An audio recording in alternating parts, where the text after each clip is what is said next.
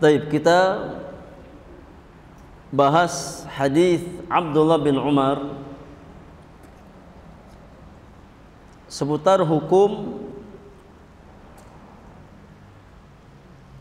wanita muslimah menghadiri salat berjamaah di masjid. Apa hukumnya? Hukum seorang wanita muslimah menghadiri salat berjamaah ke masjid.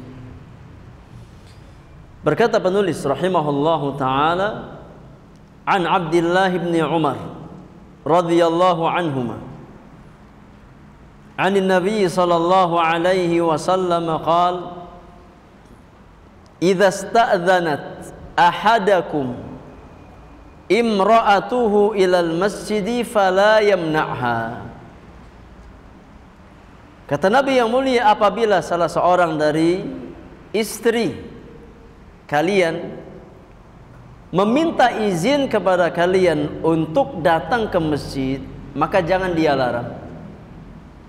Ya, tatkala salah seorang istri kalian minta izin untuk pergi ke masjid kepada kalian, maka jangan kalian larang. Ya, jangan dilarang. Faqala Bilal ibnu Abdullah, maka Bilal bin Abdullah berkata, Bilal bin Abdullah ini anaknya Abdullah bin Umar. Ya, Bilal bin Abdullah di sini adalah salah seorang di antara anak Abdullah bin Umar. Bilal bin Abdullah bin Umar berkata, ya tatkala bapaknya menyampaikan hadis, kata Bilal, wallahi lanamna'uhunna, demi Allah, ya kita akan melarang istri-istri kita untuk pergi ke masjid. Ya.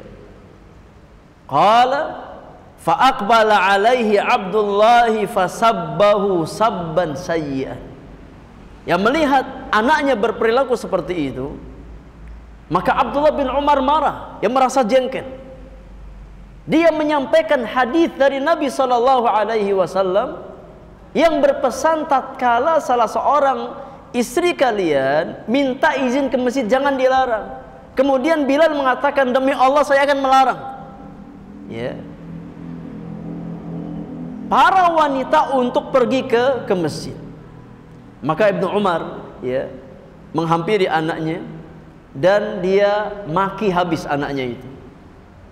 Ya. Dia maki habis Bilal, anaknya tersebut.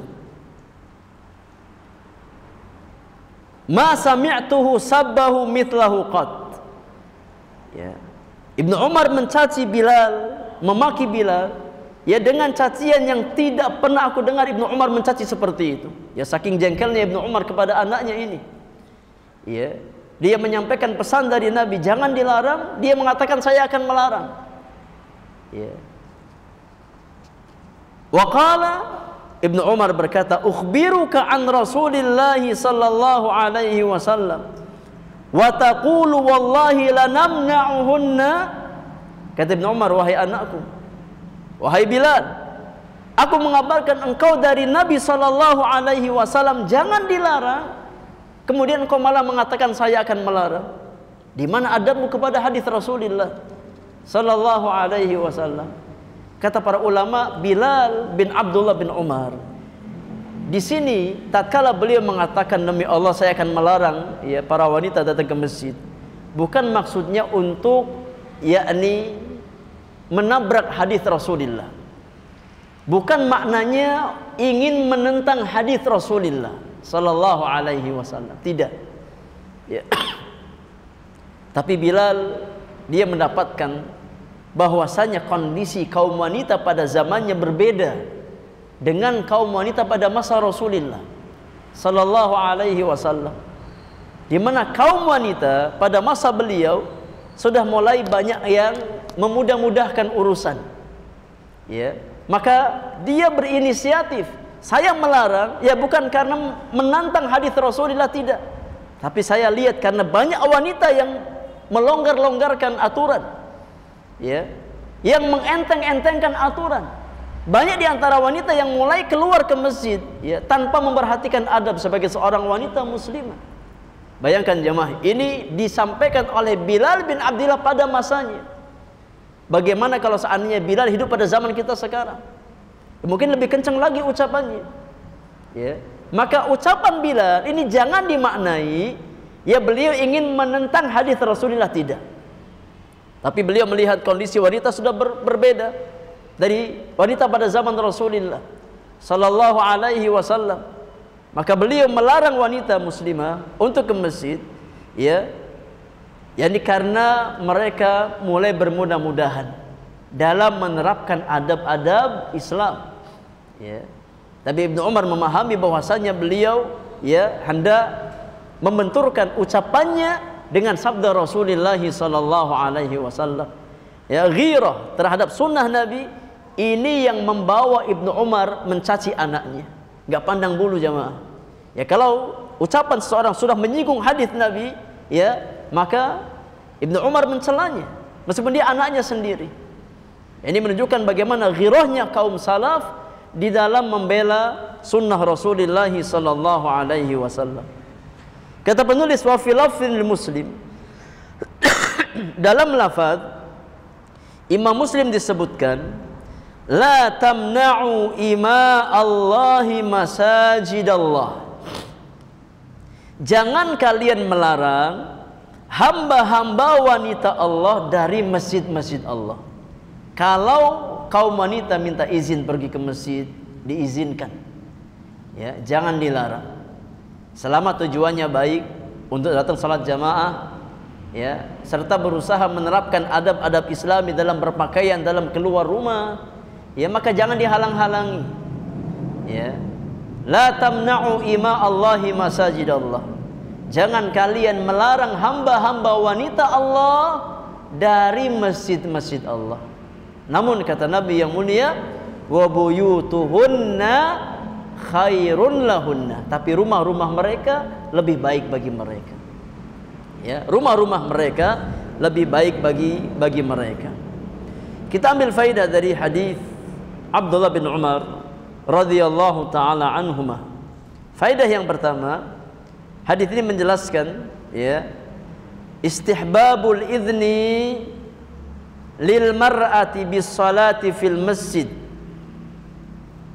idza talabat dzalik, ya, disukai bagi ya seorang suami atau seorang wali untuk memberikan izin kepada seorang wanita tatkala dia minta izin untuk pergi ke masjid untuk menghadiri sholat berjamaah. Jangan dilarang.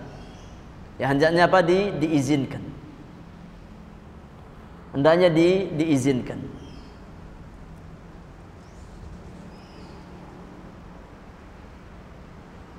Faidah yang kedua, di antara faidah dari hadis Abdullah bin Umar,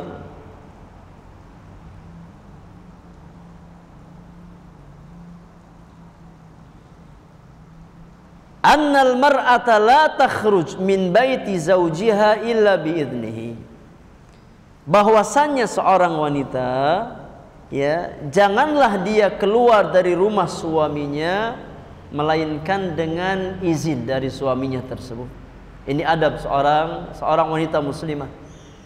Ya, tatkala hendak keluar rumah ya maka minta izin kepada suaminya.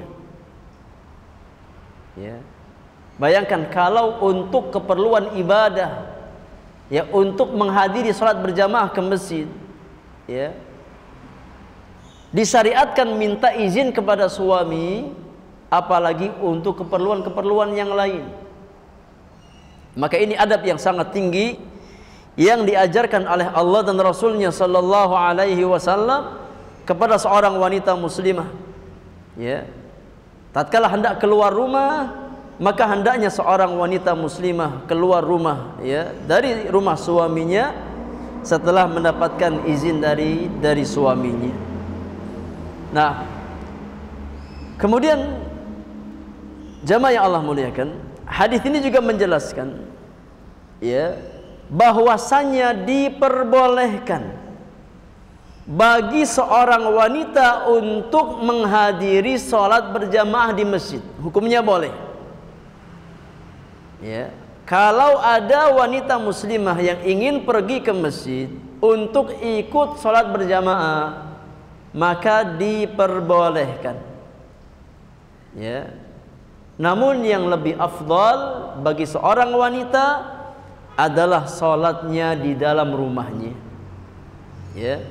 Kalau kita ingin mencari afdaliyah, maka yang lebih afdal, yang lebih utama adalah seorang wanita sholat di dalam rumahnya. Tapi kalau ingin ke masjid maka jangan dilarang. Ya, karena itu diperbolehkan di dalam agama kita. Dan para ulama menyebutkan beberapa syarat, ya, bolehnya seorang wanita muslimah untuk pergi ke masjid. Ya, para ulama menyebutkan beberapa syarat. Bolehnya ya seorang wanita muslimah untuk pergi ke masjid, menghadiri ya salat berjamaah. Yang pertama kata para ulama, alla takuna fi dzalika fitnah. Tatkala keluarnya ya tidak menjadi sebab fitnah bagi kaum laki-laki. Tatkala keluarnya wanita tersebut tidak menjadi sebab fitnah ya bagi kaum laki-laki.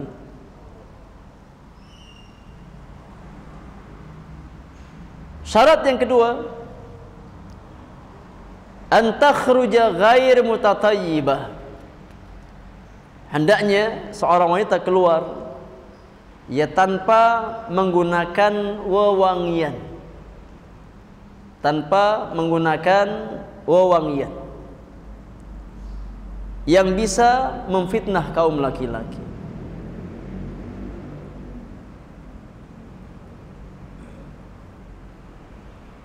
Syarat yang ketiga kata para ulama, alla talbas thiyabaz zinah wa la tatabarraj. Ya, jangan menggunakan pakaian yang mengandung perhiasan yang berlebihan. Ya.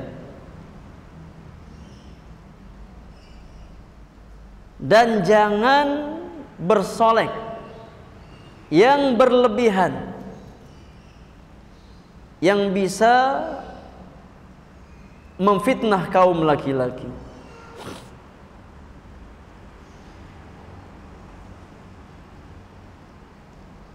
Yang terakhir, yang keempat, di antara syarat bolehnya seorang wanita menghadiri ya salat berjamaah di masjid, kata para ulama, antasta'dzina zaujaha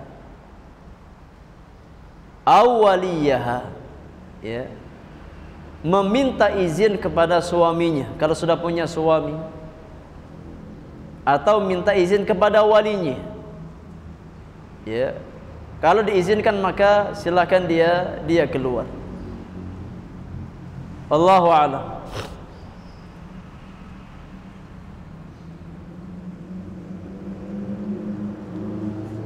Di antara faedah yang lain yang bisa kita ambil dari hadis Abdullah bin Umar ini, syiddatu ghadabi sahabah 'inda mukhalafati amri Rasulillah wa sunnatihi, yakni besarnya murka para sahabat, besarnya murka para sahabat tatkala mereka mendapatkan ya ada seseorang yang menyalahi perintah dan sunnah Rasulullah sallallahu alaihi wasallam. Ghirah, ya, kecemburuan mereka sangat besar.